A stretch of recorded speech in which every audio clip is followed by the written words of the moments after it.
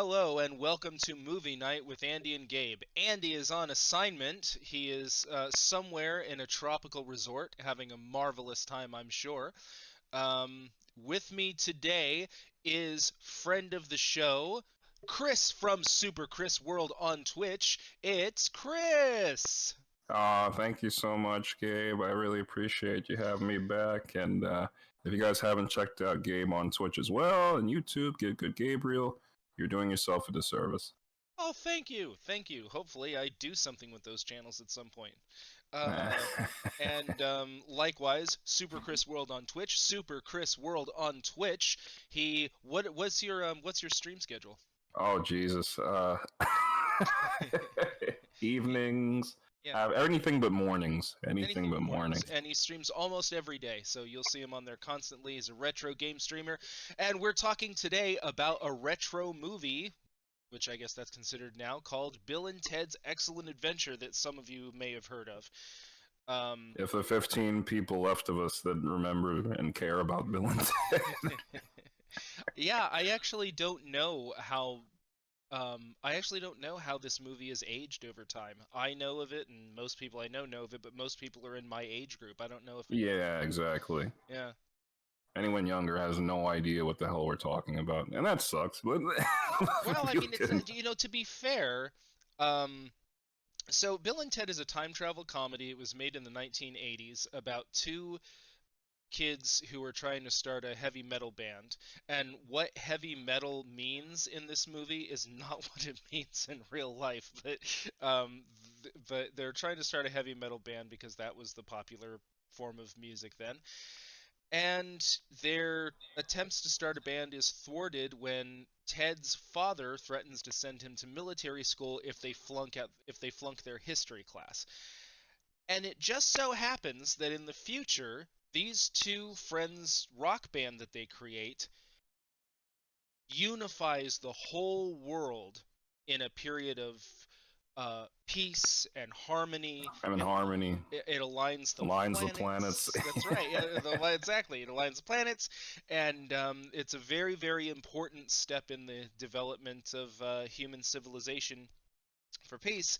And so the people from the future, knowing that that future is threatened if their band doesn't get together because they flunked this history class, send a time machine back in time to assist them to go meet historical figures and learn about history so that they can pass their history test and start their band and cause um, this great future. So that's a hell of a synopsis, right? You can say that in a sentence. Sure, I think I just get all that across in a sentence. I think I just did. Oh, I guess that's true. Yeah, a very long one to run on. Very long, yeah, it's a very long run. So it's true. But so there you go. There's the premise. Very well done. Thank you. There's the premise of the movie, and so that being said, I had to say one of the reasons that this movie probably might not have aged very well, certainly not as much as Back to the Future did, is that it's very dated. The music is very dated. I remember watching this on TV in the late 90s, and the people who were talking about it said that today it would be grunge music instead of heavy metal. Well, now even that is dated ancient history. So I'm not sure that they're... And also the rock band as it used to exist doesn't really exist anymore. Kids don't grow up wanting to start rock bands anymore. There's a lot of this that I think makes it sort of inaccessible to today's audience. Sure. Yeah, I guess that's kind of true. Back to the Future, even if the 80s stuff is dated, it's going back to the 50s anyway. So it's already like alien to no matter what audience from then on, For sure. And also, I don't think that the time period that he goes from is as important to Back to the Future as it is Bill and Ted. There isn't a whole lot of 80s pop culture references in Back to the Future, and Bill and Ted kind of, their whole goal is a thing that was very specific to its own time. Yeah, it's a very, very 80s movie. Yeah. Very 80s movie. I think the only thing really Back to the Future that really makes it the 80s is that it was filmed in the 80s. I mean, outside of Huey Lewis, that's about really it. It's just, it was made in the 80s. It's not really calling... making it so much of a thing that it is that time Sure. period. Sure. And and the only other thing I can think of is the gag where they ask him why he's wearing a life preserver. I don't think people wear things Yeah, like that anymore, so that that joke might is not kind of have. aged. Yeah. But and give me a tab and a Pepsi free. Those two sodas don't exist anymore. Like Yeah, there's some yeah, stuff, but that's all really minor details that might be missed, but the overall story doesn't really rely on any of that stuff, where in Bill and Ted it sort of does.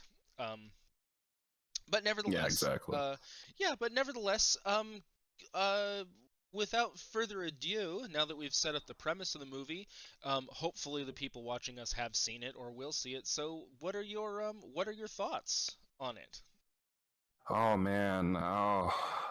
The last time I was here was for Tron, and similar to Tron, I love this movie, but I can also acknowledge that it's a great movie, which is the difference from Tron. Mm-hmm. Tron is a good movie or has great elements. This is a great movie. Mm, This is one of the most unique comedies ever made. One of the most unique films ever made, but it works especially well as a comedy. It's a combination of a lot of things that we don't see anymore, which maybe also dates it, is that we don't get time travel movies, we don't get time travel comedies, and we don't get teen movies or just movies in general that just feel good and have no cynicism whatsoever. And that's a yeah. combination of so many things that are just they don't exist anymore. Like you guys said in Mad Mad World, the Mad Mad World Review, they don't make comedies anymore. It's just on their own. Yeah. Although this is kind of a cheat because it has a sci-fi element to it, but still, it's still primarily a comedy. That's its function. And I love this movie. I've loved this movie since I was a kid because even that young, or especially that because I was that young, I could recognize the uniqueness of it. You don't see any other movie ever do what this movie does. Like, not just in the plot, which is amazing. It's we're gonna go back in time and collect historical figures so we can pass our history exam. Like, you'll Yeah. never find something that out there in another movie, Yeah. but also just the tone, like that sets the tone and it rolls with it, and just how absurd and ridiculous and at times nonsensical everything is, but it's Yeah. done with such a carefree, light-hearted, fun attitude that's just enjoyable, and you don't think about or care all the way through. So yeah, I love this movie. I think absolutely. Tron, in comparison, is a movie I love, but has a lot of flaws. This one, I really can't think of any. Maybe they'll come up later, possibly, but this is a great, great movie. Yeah, I think one of the reasons that I think it would be great for people in any generation to see it is because it fundamentally it's about friendship. Fundamentally, it's about the friendship between these two people, Yes. and like you said, there is no cynicism in it. It's about these two people who are kind of just regular kids. They're not there's nothing special. They're just really great friends, and it's about keeping their friendship together by in some ways taking responsibility for something that they hadn't before, and sort of learning to take responsibility. One of the themes that I love in this movie is that might actually be overlooked by people who've seen it is the idea of like personal growth, and that who you are when you're a kid is not who you're going to be in the future. The way things are when you're a kid is not the way things are going to be in the future. It's going to evolve and grow. And one of the things I was going to wait till more the end of our discussion to talk about this, but it's foremost on my mind right now, so I'll get into it a little bit. Sure. There's a scene in the movie where, you know, they've gone all through history and got all these historical figures. Hijinks and antics ensue, and they take a wrong turn in the time tunnels. They take a wrong turn rather in the time tunnels or whatever, and they end up in the future where they're revered as, you know, the founders of this great civilization. Yeah. And in the future, there's this really beautiful music playing. I always assumed it was their music. I'm pretty sure the movie is implying that it's them. And Yeah, you it's would a think so. Yeah. yeah, and it's a really good song, and it's a really and it's just it's really cool. They even comment on how excellent the music is. And one of the things that we know about them is they can't when they start out in the movie, they can't actually play. They're just screwing around. In fact, they're their idea for how to make it big as a band is to get Eddie Van Halen to be in a music video, but they Yeah, they want to have a shortcut, basically. yeah, they want to cut. Yeah, they either their problem is either they don't have good enough instruments or they don't have Eddie Van Halen to make a music video. Notwithstanding the fact they haven't sat down and actually learned how to play. Learn how to play the Yeah, instruments. exactly. Yeah, Which is one of the messages of the movie is that you need to take responsibility and do the hard work of actually yeah, and put the effort in. yeah Yeah, put the effort in exactly. And we find out in that future that they do that, and doing that makes this future.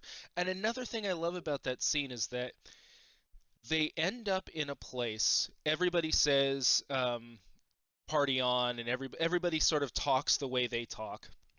And for anybody who doesn't know, there's the way they talk is kind of like, dude, this is most triumphant. But they sound like two like yeah, surfer yeah. dudes, and they use this sort of Surfer dudes, but with some good vocabulary yeah, every like now and really, then, which is really grandiose language. Really, are they're yeah, very articulate, but they end up saying nothing. Like it's really yeah. It's in interesting. the service of nothing, Yeah, but still, yeah. yeah, Mhm. it's really vacuous, affluent language or whatever, and but everybody kind of talks like that. They have their same mannerisms. They use their lingo and stuff. And one of the things that I love about that scene is that they what happens to them in that scene is what we all hope will happen to us, is that they end up in a place where they're accepted, and Yeah. they end up in a place where everybody accepts them and doesn't treat them like they're stupid and doesn't treat them like they're weird, and that's really awesome. I love that scene for that. Yeah, no, it's a great scene. It's on the surface, if you're just watching the movie, straightforward, it's just like, what is this scene?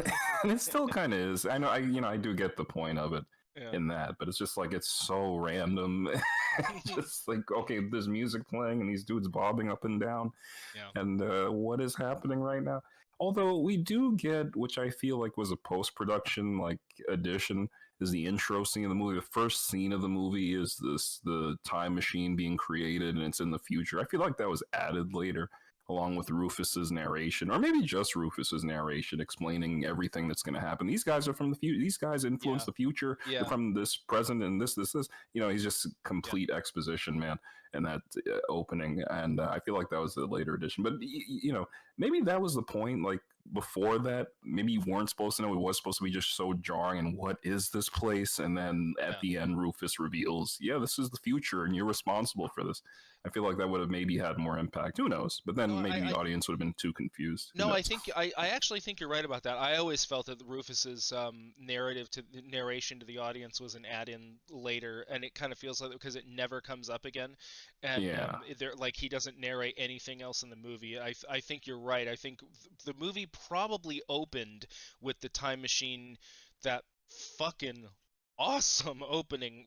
When I was a kid, Yeah. I thought that kicked ass when that crystal thing comes down and then it turns into the phone booth and they're all wearing the Yeah, that was sunglasses. pretty And the badass. guy, that guy who's wearing the, like, I think he's like the president or whatever, is like the coolest fucking person I've ever seen in my life, and I wanted his sunglasses. Like that whole part, um, that whole part, I believe that was a cold open to the movie, and then somebody watched that and said, okay, nobody's going to know what this is. They're not going to understand what's going.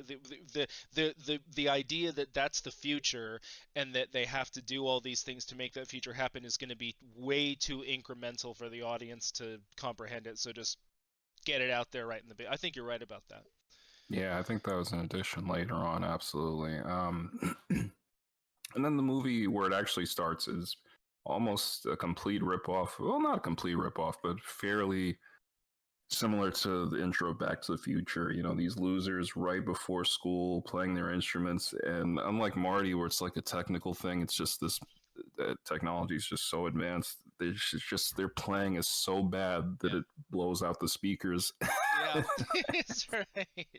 Yeah, exactly. You're right. The same thing does. That's funny. I never thought about that. Yeah, Marty blows himself up or turning the speakers up too, or because Doc has way too many speakers or something. And yeah, they light their amps on fire. That's funny. I never thought about that. Yeah, and being late for, so this is right Yeah, before being late school for school. starts. Yeah. Yeah, that's true. Damn, I'm late for school. Damn, I'm late for school. That's right. Man, he said a swear. I'm a big kid now. Oh, sorry, that was me back in 1986. Well, they're both PG movies, but that was when PG meant something different. That just meant you can watch at this age, but it's not just for you. Definitely, yeah, yeah, definitely. That's right. Yeah, Um, I wanted to bring up the fact that I think we'll get into because there really isn't much to say about the story generally. They fly around in a time machine and pick up historical figures and get in adventures.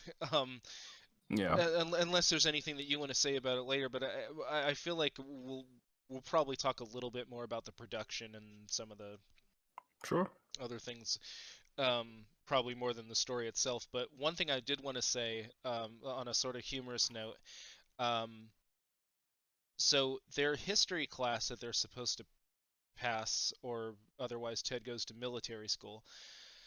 Um, there's the scene at the beginning. The teacher asks them a whole bunch of questions about stuff they've learned in the class, and he asks them about Joan of Arc, and he asks them about Julius Caesar. Now, right there, that's like thousands of years apart from each other on different continents, and we're supposed to infer that this insane history class covers tens of thousands of years of human history from ancient Greece up to Sigmund Freud. That's thousands of years, multiple different continents. Like every one of the historical figures they're talking about is probably a semester in and of itself. Like the Yeah, advanced it's figure and the complete time figure. I nonsense. always just found that was really funny. Like holy shit! Like the Yeah, it's people who are just passing mhm. this thing, or there's people who are passing this class are probably like the next day they could write like a dissertation to become like professors themselves, or so. Like holy shit. They all immediately got to accept it to Harvard. Yeah, right, exactly. Because god damn, you covered you covered all of human history in a whole fucking school year. Yeah, it's absurd, but that's kind of the feel of the movie as a whole. Yeah, Plot wise, or just in the details. Like, really, you're gonna fit all these people into one time machine? They're riding it like it's a canoe at yeah, one that's point. Like, right. Yeah. it's nonsensical, and Yeah, it's of fun course, because of and that. it's yeah, and that is in no way a criticism of the movie. It's just No, something that no. I find fun. Yeah, going from Genghis Khan to Billy the Kid, and like holy shit, and like is Billy the Kid even a historical? I mean, I guess he is, but he's more known for like getting in gunfights and stuff. I don't know. It's weird. Which, now that you bring it up, that's the Tron connection. That's Ram from Tron is Stan That's right. Shore. Yeah. That's right. He was also in a lot of Star Trek, if you can possibly believe that. Oh, what a surprise! What a An actor shock. being in Star Trek. Wow. Yeah. Plot twist. Plot Good, twist. good That's a small shock plot character twist. actor in Star Trek. Yeah. Are we in the right reality? But yeah, no. Yeah, it's silly. It's silly, and that's the fun of it. I love so much the tone and the balance of this movie is that it is so carefree and stupid, but it still doesn't go so far that it's like a parody or they're winking at the audience or Yeah. breaking the fourth wall. Yeah. It's still sincere, and that's a Mhm. really hard balance is to be sincere and so ridiculous and so creative, and even as stupid as it is, there's still a lot of thought put into the historical figures and little details. When they come to get Joan of Arc, Ted puts his finger out like the creation of Adam painting. Yeah. And when they get Beethoven, he's deaf, so he can't hear that they're the time machine, even though he Right. should be able to see the lightning. But Yeah. Yeah, for sure. For sure. but yeah, it's a lot of thought put into this, whether it's creativity or the details, which is really appreciated. It just adds so much more to the film, where it could just be this dumb comedy Mhm. that's just for a specific audience. Where I think this really works for everybody. It can work for everybody. Yeah, and no matter what anybody, no, and I've never heard of anybody who didn't like this movie who saw it. I never heard anybody say, "Oh, that movie sucks" or anything. But it's because, and I think it's because no matter what you want to say about it, it has a really big heart. Like nobody could ever say it's Yeah, mean or anything. It really has a really big heart, and I think it speaks to, and I'd be curious to see what like somebody who's a teenager today would think about it, because I think it has a kind of a universal message. That friendship is sort of universal. I think transcends, no pun intended, different time periods or whatever. Um, Yeah, yeah. What makes the film work? Well, it's two things, but the most important thing is Bill and Ted. They're so likable because they're only positivity, man. They're pure positivity, yeah, optimism, love, peace. yeah, It makes sense, as stupid as it is, it makes sense that they would be the foundation for such a peaceful future, yeah. because that's all they are. They don't have any cynicism or negativity. Or You know, meanness. Ted might meanness ever. Like Ted might bug Bill on occasion, talk about his mom, which that's Yeah. a whole other Oh conversation, man. maybe later. What was up But with incest and time travel movies in the 80s? That Oh yeah, man, yeah, we'll yeah, get to that. yeah. At least that didn't happen in Star Trek 4. But anyway, True. Although you never know, Kirk might have met his. Well, we won't talk about that. yeah, oh boy. But yeah, that's really the strength of the film. One of the two strengths is the character. Is the characters? Yeah, is the characters. And one of the Yeah. strengths is the characters. Mhm. Yeah, Bill and Ted are just pure positivity. The only times they're ever angry is like something that has to like push them really like, and it's harmless. Ted doesn't know that he's insulting Bill by talking about his mom, Yeah. and he's just like, shut up, Ted. And even Yeah. that's kind of harmless. And the only other time is when Bill thinks Ted is dead. Yeah. Realistically, that should push someone to Yeah. be like Sure. slightly angry at the very least. But Yeah. otherwise, they're just all positivity and love, and that's the strength of it. We Yeah. believe in their friendship, their relationship, these two as people. And a lot of that comes down to the chemistry between the two actors, Alex Winter, Keanu Reeves. They're so excellent, no pun intended, to each other. Yeah. Yeah. They just vibe off each other so perfectly. And that translates to the characters too. You feel like Bill and Ted are always in a bubble. They're not outcasts, but they're always on their own. They have peers, they have a whole class, whole school, but we never see them interacting with them. And it's Yeah. not because they're unpopular, I don't think, or they're bullied or anything. It's just they're the only two people in the universe that understand each other. They're just the Yes. only two people on the same wavelength, and that's Yes. nice. That's Absolutely. really really awesome. Yeah. Absolutely. And the caliber of those that un it would probably come as a surprise to people that those are very difficult roles to play. It would probably seem like it was easy because like all you got to do is like say how's it going, dude, or something like that. But Yeah. in order to achieve the tone that you're talking about, you do have to have that chemistry, and you do have to have a lot of complexity in the way that you're playing, it, as funny as that sounds. And I like how even one of the you mentioned the two times that they got a little bit angry. The one time you brought up is when Bill was sick of Ted talking about his mom and all that, and he said, "Shut up, Ted." And even then, Ted Yeah. looked at him, and then he just kind of smiled, like, Oh, "Okay, yeah, it's or, goofy like he smile. got it." Yeah, Okay, right. Sorry. yeah, all right, my bad. Yeah, and I kind of like that too, because like they have like boundaries of where they're not just vapid. It's funny. Yeah. We had talked about this privately a little bit another time, and I had made the point that Bill and Ted aren't stupid; they just have really big hearts. Well, I kind of modify that a little bit. They are kind of stupid. Yeah, They're they a little bit are. aloof, but I was reminded when I thought about that, when I mentally retracted my statement about that. There's an Andrew. There's an Andrew.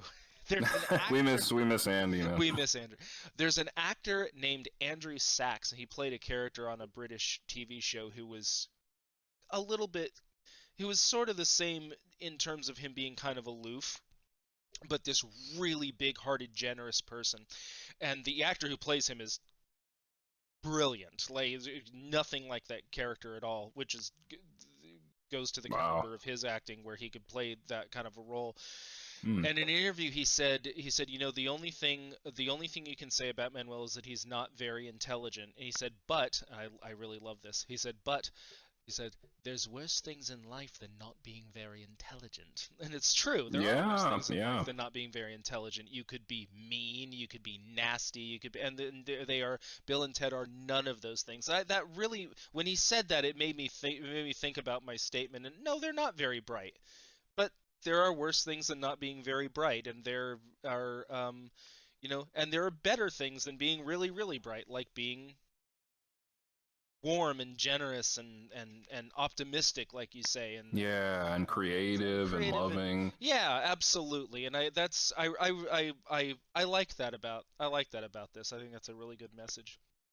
Yeah, yeah, their dynamic is what, and even their stupidity is a benefit. Even that's a positive. Hmm. Just in this universe, these characters couldn't work in a Yeah, more serious for sure. film, or maybe something too dumb. They work exactly in the tone and feel of the movie.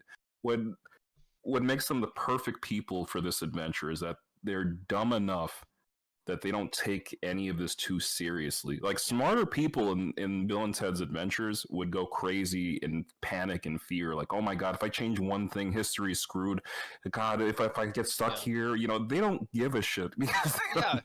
yeah. Well, because to them it's just another thing. Like, yeah, exactly. And They're they're too also stupid to realize the they're too gravity of the situations they're in. yeah, and even in the context of that stupidity, like we're talking about their lack of meanness or anything like that, it would never occur to them to be bigoted or nasty to people or it wouldn't even occur to them to be that way. Their whole thing is, be excellent to each other and stuff. And party on, And party dudes. on, dudes. Yeah, yeah, and again, that's the movie's benefit that they're so stupid. There's a Roger Ebert. Here we go. Come along, Bort. There's a Roger Ebert review of not this movie, but the next one, Bogus Journey. But it exactly applies to this film too. That I always loved, and he said in regards to Bogus Journey. This is a movie that thrives on the dense witted idiocy of its characters. Two teenage dudes who go on an amazing journey through time and space with only the dimmest perception that they're not still playing video games. And that's spot on. That's Yeah, exactly what Bill and yeah, Ted are. That's why they're the perfect people to be in these positions because they don't care. They don't yeah, see it that seriously. yeah. They're They don't so at all. dumb that it's like playing a VR history tour for them. Yeah, Thus, they there's can play around with swords like they're lightsabers and, yeah, when they're in full armor. That's right. That's right. And that is so endearing, and that is so. You're absolutely right. What you said at the beginning. We don't have movies like this anymore. yeah, This is another example of a movie that shows us a future that we would actually want to live in. Maybe not with the '80s, music or whatever, but yeah, a future where people get along. This is a movie that tells us things are going to be okay in the end, and we don't really have messages like that anymore. Everything now. It's funny. I thought a lot about Star Trek because Star Trek also did an optimistic view of the future, and yeah. to use that as an example, everything today is just about conflict and violence and people yelling at each other, and everything has to be dark and serious, and we really I I really look forward to the day when somebody figures out how to make movies like this again, where it does show us a future that we would actually want to live in, and the kinds of people that we would actually want to be. Yeah, even Star Trek itself can't be without cynicism these days, and that's really unfortunate. Not Uh, that, I mean, that did start back in the '80s, but even so, it's such a shame the degradation. That's another conversation. Yeah, No, it isn't. Bill No, and Ted. I'll just say, that's a perfect example. Star Trek today is about defeating villains and war and violence and yelling at people, and yeah, absolutely. Even that has turned into what everything is today, unfortunately. Yeah, yeah, and but yeah, that's the beauty of Bill and Ted and why it's aged so well on that level. These two guys aren't the smartest people. They don't have to be like a Star Trek future. These are the most intelligent people, Yeah, rational people. They're basically regular teenagers, yeah, just a little lazier or just as lazy. And it's telling that audience of that time, that teen audience of the '80s, hey, it's okay. You're going to make it. You're going to yeah. be able to find your place in life. You'll get to Yes. where you need to go. Yes, that absolutely. And everybody who was like that did, just like everybody does. So yeah, that really is. You hit the nail on the head. It's a movie that tells the audience, who are young teenagers themselves at the time, you're okay. there's nothing wrong with you. You're not doing anything wrong. You're going to grow, you're going to develop, and the way that you are, the core of who you are, is going to remain as you mature and this gets more refined, just like their music. At the beginning they're blowing out their amps because they don't know how to play, and at the very end they have this absolutely beautiful song that was just such a cool bookend to that issue there. Yeah, and like other feel good movies of that time, teen movies of the time, like a Weird Science or Mm. a Back to the Future or anything like that, is that it gives the audience every single possible thing they could want. And that just does not exist anymore. They get to Yeah. go back in time and smoke and drink while being underage. They get babes at the end. They get respect from their peers at the presentation at the end, and authority in the end. They get good grades. It's coming of age as well. They get every single thing that they wanted in one film. And that's something you really don't see much of anymore, but was so prevalent in the magic of like a lot of 80s teen movies. Not all of them, but enough of them that it was just such a positive time for that audience. Yeah, I agree. It's funny you mentioned the smoking and drinking. I did take particular note of the fact, watching it again recently. Bill does have a cigar in his mouth at one point. I don't believe it's lit. I could be wrong about that, but I don't believe that it's lit, and they never actually drink the beer that they ordered from the Interesting. Yeah. At least I Which don't is know. funny because, behind the scenes, they're like in their 20s. They very well could have, Oh, sure. Yeah, sure. I think that if I'm right about that, I think that was obviously a deliberate choice to not encourage underage smoking and drinking. But well, they did at least drink the beers, I think, when they first got. Maybe not. I don't know. I'd have to I go don't back and think they rewatch it. did. I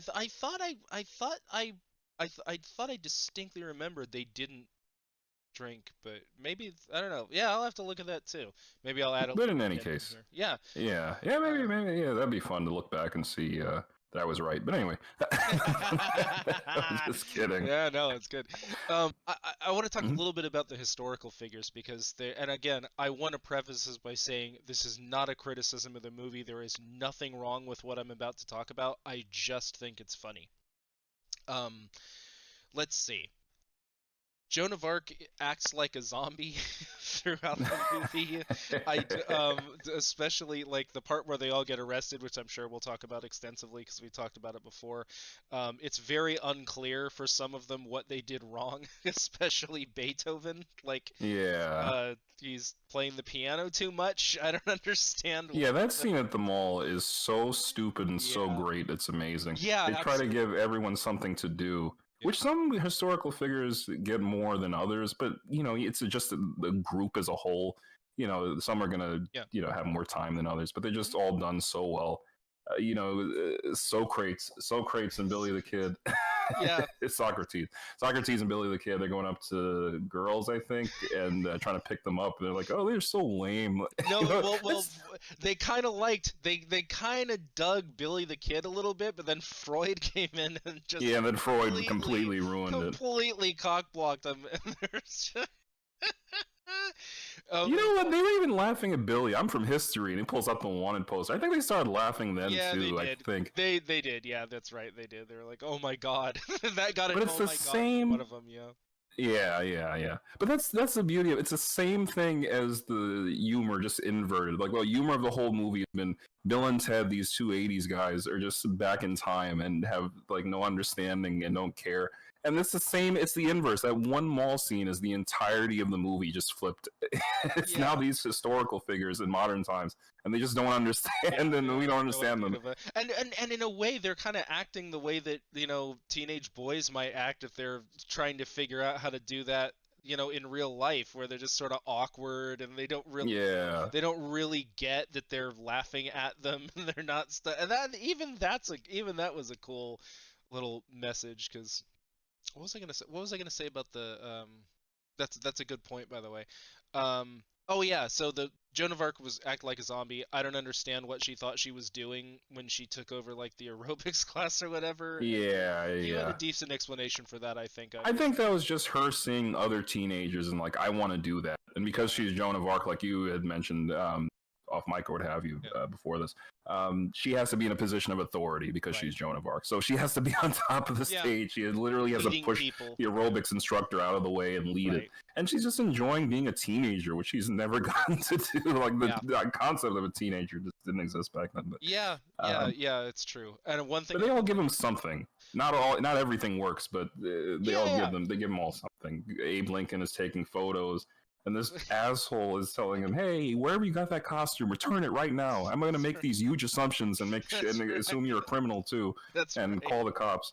And Beethoven playing the synthesizer. I guess you're just too darn loud. You guys are just too darn loud. Yeah, exactly.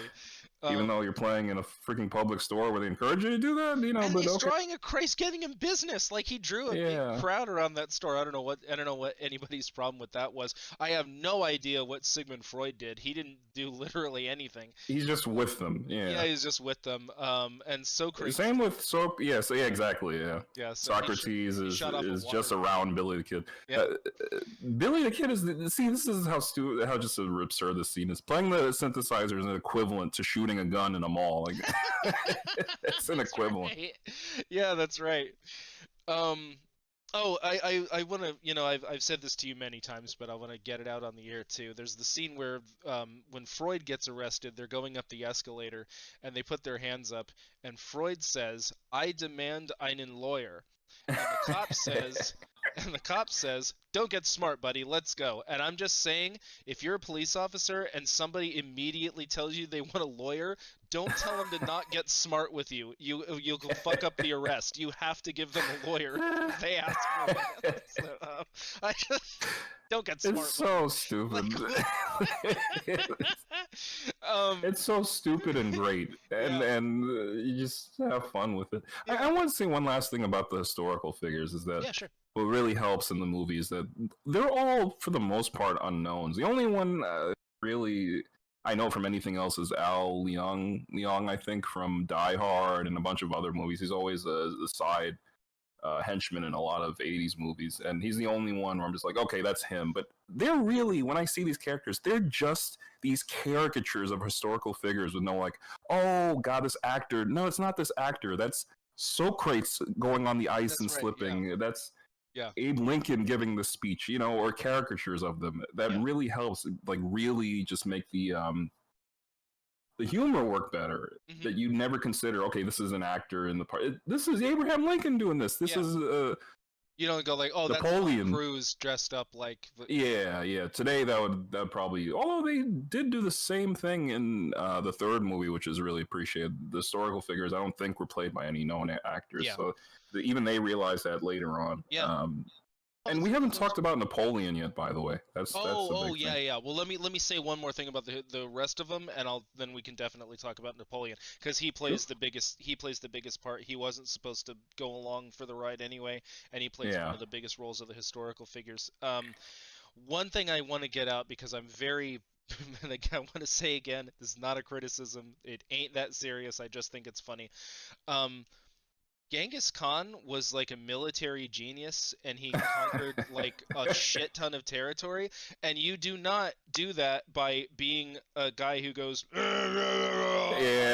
with club and like a mindless ape, basically. Yeah, just a mindless he was a really brilliant tactician, and he didn't act like that. And if you do act like that, you ain't gonna be the leader of anything. You're just gonna be some kind of grunt soldier who dies. And I just it's all just the pop culture perceptions of these characters for anyone even smart enough to know them in the first place. I could be really hoity-toity and say Abraham Lincoln had a high-pitched voice and he had a very thick Tennessee accent. But who cares? Who gives a shit? But Napoleon, yes, let's talk about Napoleon. Kentucky, not Tennessee. Sorry, God, I'm stupid. Oh, Kentucky. Oh no, it's fine. He's not gonna hold a grudge. Hopefully he doesn't. Hopefully. Good old Lincoln. Good old Lincoln. Napoleon. Honest Abe. Napoleon, just this whole side plot of the movie. The movie is fairly straightforward. It's just Bill and Ted, as you would expect based on the title and where the story's going. But then just like in the first third of the movie, you get this just out of nowhere element where they go to France for just to show that they can travel through time. Rufus is showing them that they can travel through time. Napoleon's there and he sees them. He's like immediately like to blow them up. It's just, I don't know what this thing is, He where it come literally from. says blow them up too. Yeah, allez, like move it, Yeah. Yeah. and he gets blown up. There's an explosion behind it because this movie's Looney Tunes anyway. He gets an explosion and it just launches him in the air. And as they're traveling into time, the lightning that powers the time machine pulls him in. Yeah. and not even into the machine, but he's grabbed by the lightning and pulled through the circuits of time, Yeah. which we haven't even talked about that. That's a great concept and idea, and visually just so beautiful and interesting. I mean, it's dated for sure, but it's just such a unique visual. Yeah. Anyway, he gets pulled through with them, and they find him, and they're like, "Oh God!" That's actually where they get the idea to snatch up the historical figures. It starts with Napoleon, even though they didn't intend for him to come. You're right. They're like, "Hey." You're right. That is where Yeah, they do yeah. that. Because I think at first they were just supposed to go there to learn about history, and that is where they got the idea. I never realized that. Yeah, so it's just complete luck, or whatever, or fate, or what have you. It's like earlier in the movie, they only know Rufus's name because they traveled back during that scene to talk to them. Yeah, that's right. Just fun little things like that. But yeah, Napoleon gets his own like side plot in the movie. While they are traveling through time, Napoleon's in the 80s exclusively, and he's being taken care of by Ted's younger brother, Deacon. Yes. And he's showing him all the modern day stuff. They take him to an ice cream parlor. They take him to a water park and bowling. Just a whole and that's right. That's I don't want to get too far off track, but that's another thing I love about this movie is all the varied locations. Even when it's in the present, it's still trying to have fun visually. Yeah, let's do an ice cream parlor. Let's do bowling. Let's do a water park. Let's do the mall. Let's just have fun visually and even story wise with what we can do with these characters. Yeah. But yeah, that's the whole side plot is Napoleon, and that's a lot of the humor of the movie. Yeah, and one thing I'll say too, Napoleon. Here's a fun factoid: the scene where they're bowling. So Deacon and his friends eventually ditch Napoleon, and because he's so lame. Man. There's a very sympathetic scene with a lot of pathos where Napoleon's by himself and the sad music plays, and poor Napoleon is out on his own and doesn't know what to do because they ditched him. But they ditched him because he was cheating at bowling. And maybe the funniest line in the movie later, Bill and Ted corner Deacon. They're like, "You ditched Napoleon," and Deacon of Napoleon Bonaparte says he was a dick. Yeah, he was a dick. Yeah. But, that's right. The reason they ditched him is because he was cheating at bowling. He was it's a historical figure. Yeah, he's cheating at bowling. Somehow he knows the rules of bowling without being able to speak English. This is how off the rail. This is Looney Tunes. Yeah. It's so. I don't know how they were able to pull this off tonally. That it could be Looney Tunes and sincere at the same time. Yeah, that really is a hard balance to walk. But what I'll always remember about that bowling scene is that there's a part where Napoleon goes up to bowl, and he's never bowled, so obviously he's terrible at it, and he throws the bowling ball, and he goes right with it, and he slides on the thing. Because he's so tiny. He's so tiny, and then he's slapping the ground in frustration, and he's saying something in French, and the subtitles and the subtitles say shit. And on the TV version, they dubbed a different French word, which is 2 syllables, and I don't remember how it goes. So it's 2 syllables, and it says damn. Wow. So not only did they change the subtitles, they also didn't include the French word for shit. They changed it to the French word for damn, even though nobody watching that is gonna fucking speak French. It's always strange to me. And even that little detail, like they even are creative and ambitious in the subtitling. It's not just the same word flashing on the screen. They have a set, like one shit, then another, then another, then another. And then right when he does it, that's right. Even the subtitles are creative in this movie and ambitious. Absolutely. God, there was just so much talent put into this movie, a lot of effort. I didn't know this until very recently looking up the movie. The scenes in ancient Greece and the castle in England, they filmed all those scenes in Italy. I I only learned that like a few days ago because I was watching an interview Yeah, with them. Yeah, I didn't know that either. That could have been a soundstage. That could have been. they could have just Yeah, done that on a set, yeah, and they have the ambition. They're young and full of energy and ambition. yeah, Said, okay, we're gonna do historical places. Let's go to these locations and make the most of them. Let's put on real suits of armor and have them yeah. fight each other in swords. In a Let's real go to an castle. actual castle. Yeah. Yeah. And the crazy, crazy thing is, and I didn't know this until recently either. I think you already knew this because you told me about some of this, but that movie wasn't that they sat on that movie for a couple of years, and it was in release limbo for a long time. The there was a very serious belief that it was going to be direct to video after all that Yeah. did, and then somebody picked it up and saw that it was, had a lot of potential, and finally released it in theaters. But that's just crazy to me. Yeah, something that creative and great was so close to just being shelved entirely Yeah, or released straight to video and would yeah, have died. which was the same thing. Yeah, and would Yeah. probably be thought of differently today.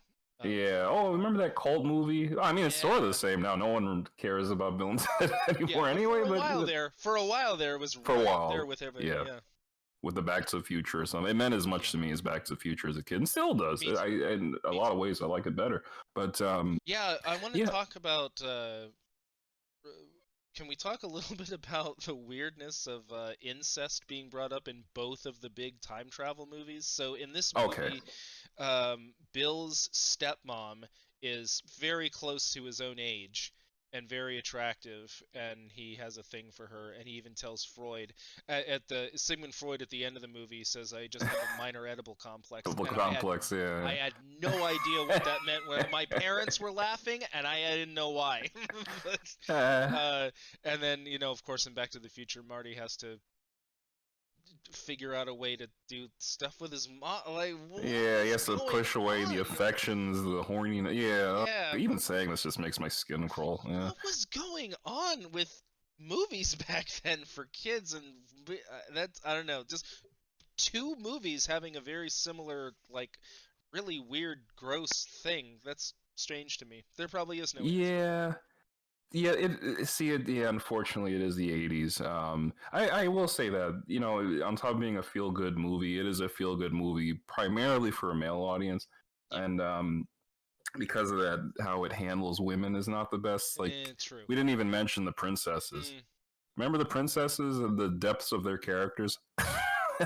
yeah, in fact, the depths of their characters is the fact that we call them the princesses. I don't know their names. Yeah, I can never remember their names. They're literal trophies. You won here. That's right. Here's some women, and then the only other thing they're referred to as is the babes. The babes, the princesses, like Yeah, they're not even individuals. They're yeah, just the trophy. right. That's basically Exactly. what they. I Yeah. think Ted does one poem to them, and then they're in love. Yes. Yeah. That's well. Not even they're just in love with Ted singularly. They love them both, even though it's only Ted talking to them. In fairness, they did rescue them from the royal ugly dudes. And if Oh, somebody that's rescued true, them from the sort royal of. ugly Yeah. dudes, then I might be a little bit grateful. I don't know that I would like be their girlfriend or whatever, but Yeah, and a lifelong relationship that lasts till even the and third movie. I'll bring this up when we talk about the second one. I always thought it was stupid that they were in the band. It's fun. It's fine. it's, Uh, I mean, of all the stupidity of this movie, yeah. these what is it, 16th century English princesses are fine. You know Yeah, what? we do have in fairness to increase my vulnerability here, and in fairness to you, this does have a scene where Genghis Khan sticks his head in a toilet and like gets like sucks his whole face into a vacuum cleaner. Yeah, I guess Yeah, being a little bit pedantic about this is the tone of the movie, man.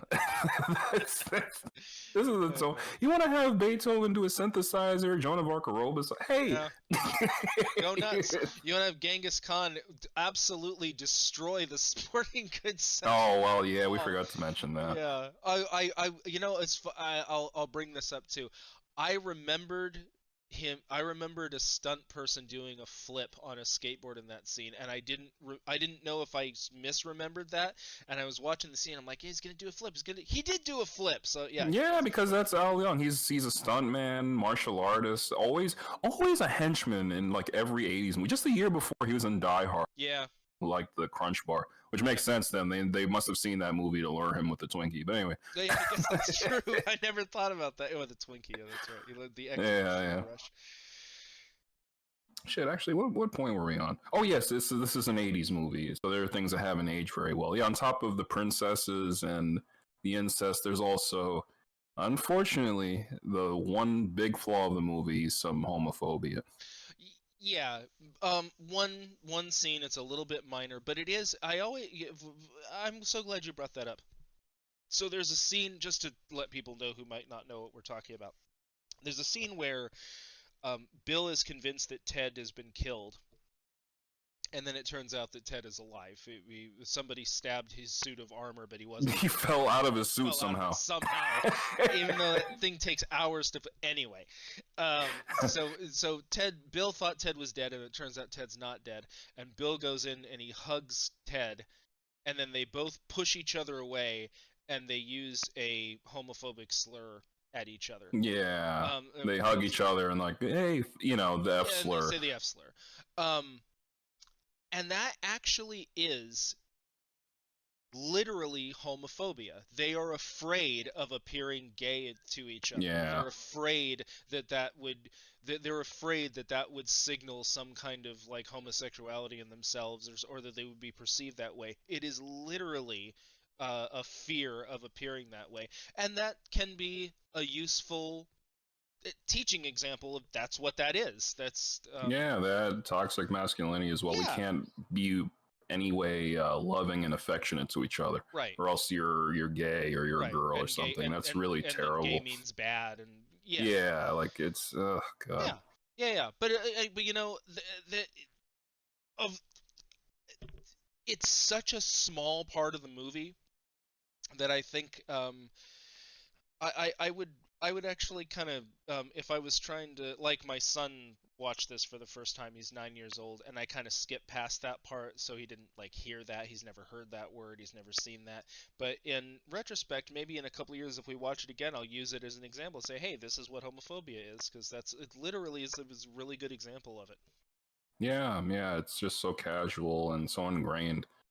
And it shows how far we've come, that's not just the standard back then, but that really was the standard. You could just say that word whenever you want. It was just fine.